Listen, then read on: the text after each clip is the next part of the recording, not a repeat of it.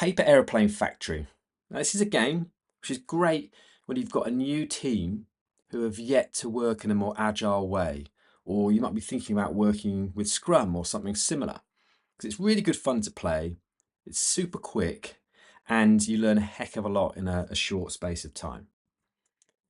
So the game itself includes these things: sprint planning, estimation, retrospectives, product ownership, that's you if you're the facilitator of this, working with acceptance criteria, working with the definition of done, or DOD, and roughly 25 minutes to run the whole game. Obviously there's a bit of preparation and conversation afterwards as well, so I would plan longer than that if you are going to do this. The aim of the game is to build as many paper aeroplanes that are deemed done by you, the product owner, and to improve your estimation of how many planes you can build. Now, that's not necessarily the aim, but it's still very important, because if the teams are tied at the end, then actually you go back and look at how good their estimation was, and that's the deciding factor. But ultimately, the team with the most approved paper aeroplanes wins. The setup: you need to download or create about 60 templates per team. You can download templates off the internet and then print them out, or just get loads of A5 bits of paper. I find that small is better. It makes it a bit harder. Also, an A4 piece of paper to make a paper airplane, that can fly pretty far. So actually the smaller ones are better. You need a big open space, because you could run this with 2 teams, you could run this with 4 teams, or even 5 teams, and they can be in their groups, in their teams, making paper airplanes. They need a bit of private space to do that.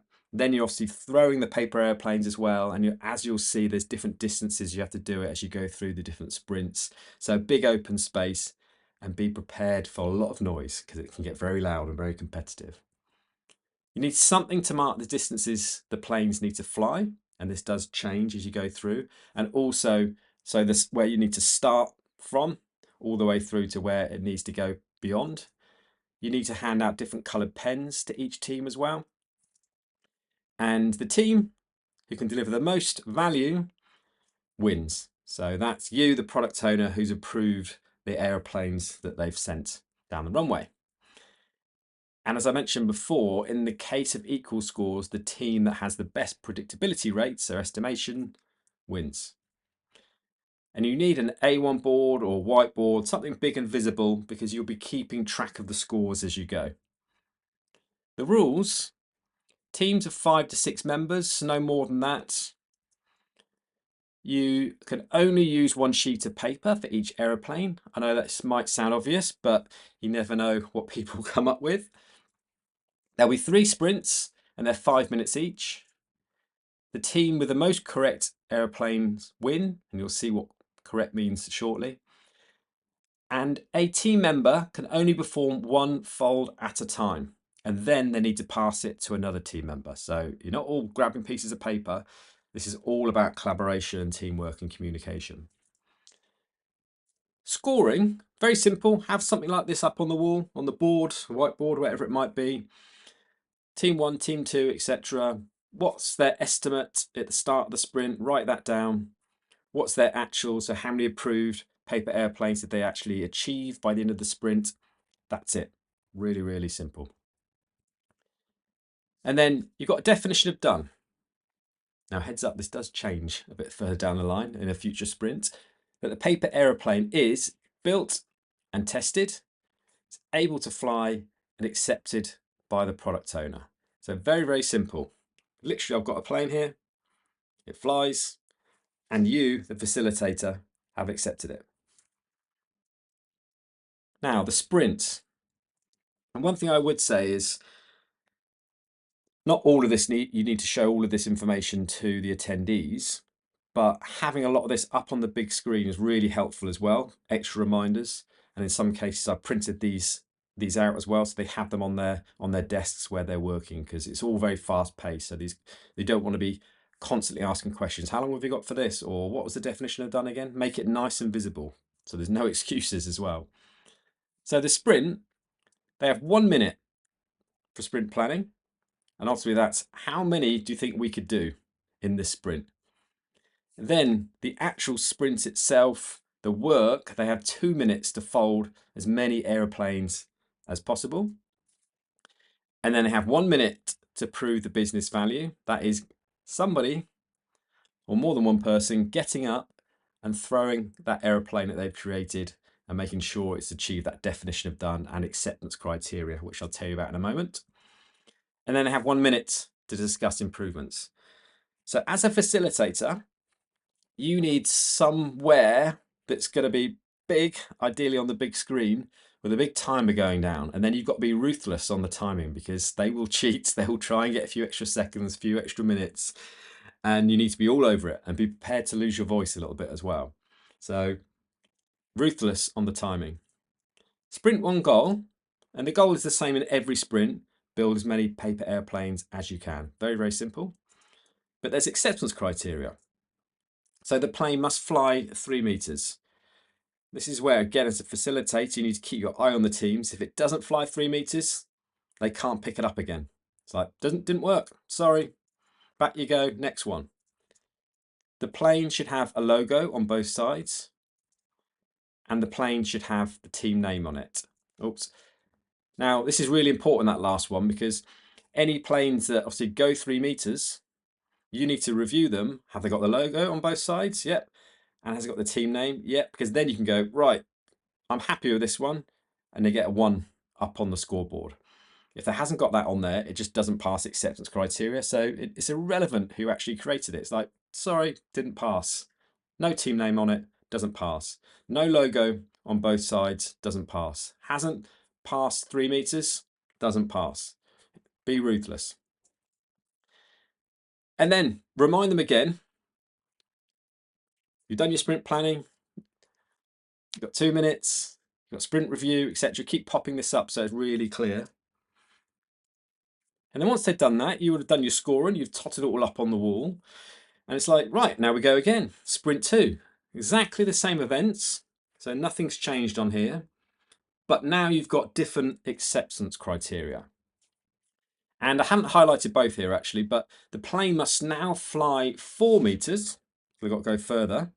Still has the logo on both sides, still has the team name on it, but also it must have a pattern on top of the wings. So what that pattern is, you don't need to say. Pattern could be a couple of dots. Seen some teams create these beautiful patterns and wasting time. They don't need that. But don't tell them that. You know, they'll discover this as they go. But again, the acceptance criteria has changed. So make this very clear and visible for them.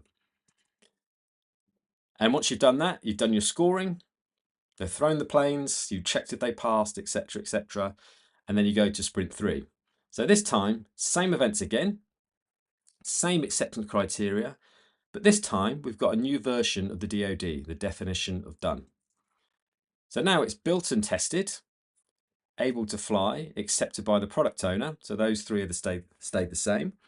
But now it's also compliant with safety regulations, no pointed tips, or pointed points, I should say. So the tip of the plane. Now this can make flying obviously a little bit difficult. And people will start to contest this and complain about it and all sorts of things. But you need to have a look at any of those planes. Once they start testing them and they're flying, if they need to meet the acceptance criteria and the DoD. So every single time they must meet the DoD and the acceptance criteria. But this time, now there's no pointed tip. So when you pick it up, you've got a pointed tip at the end. Sorry, team A, failed. And they will be arguing. It's up to you how strict you are, but I would say stay strict, otherwise people will start to push it. And the sprint 3 goal, exactly the same again. Build as many paper airplanes as you can. And then there's the acceptance criteria as well. So no pointed tips plus the other 3. And then tot up the scores and announce the winner. And you might have something that looks a little bit like this. So in this case, clearly team 2 have won because they have 15 aeroplanes that have passed your approvals as the product owner. But if the case where team 1 and team 2 both had 15, then like I was saying at the start, you would go back and look at, okay, well, how good were they at predicting? Let's have a look at the estimates. And oh, actually, team 2 estimated 23 and they only got 15 versus team 1, if they had 15 in the actuals and they estimated 15, absolutely, that's perfect, they would win. So that's how you split the two. And one thing as well, if it's a new team and maybe if you've got clients and things like that, get some prizes. Doesn't have to be much, just a small box of chocolates or a Mars bar, doesn't matter, but those little things just add on to the fun at the end. And then debriefing. Some questions that you don't have to ask these exact questions, but just to get you thinking. You want them to start thinking now about, well, what would this be like in the real world if we were running sprints and we were talking more and we were collaborating more and we were having retrospectives? Would we benefit from this? So by asking questions like what would have helped you improve or what did help you improve after each sprint, it's really interesting to hear what the teams say. What did you remove? Waste. That could be, well, we stopped spending ages doing this beautiful pattern because it wasn't needed. Or what would happen if the time box wasn't there? It wasn't 2 minutes anymore. And like in a normal sprint, typical time is 2 weeks. What happened if there wasn't 2 weeks? You do anything else? It's just a really good discussion to have. And that's it. It's the paper airplane games. Great fun. As I said, be prepared to lose your voice. Be strong in the facilitation, but ultimately it's all about education and good fun. So that's the most important thing, that people understand more about this new way of working, if it is new for them, which I'm sure it will be if you're running this session. And good luck.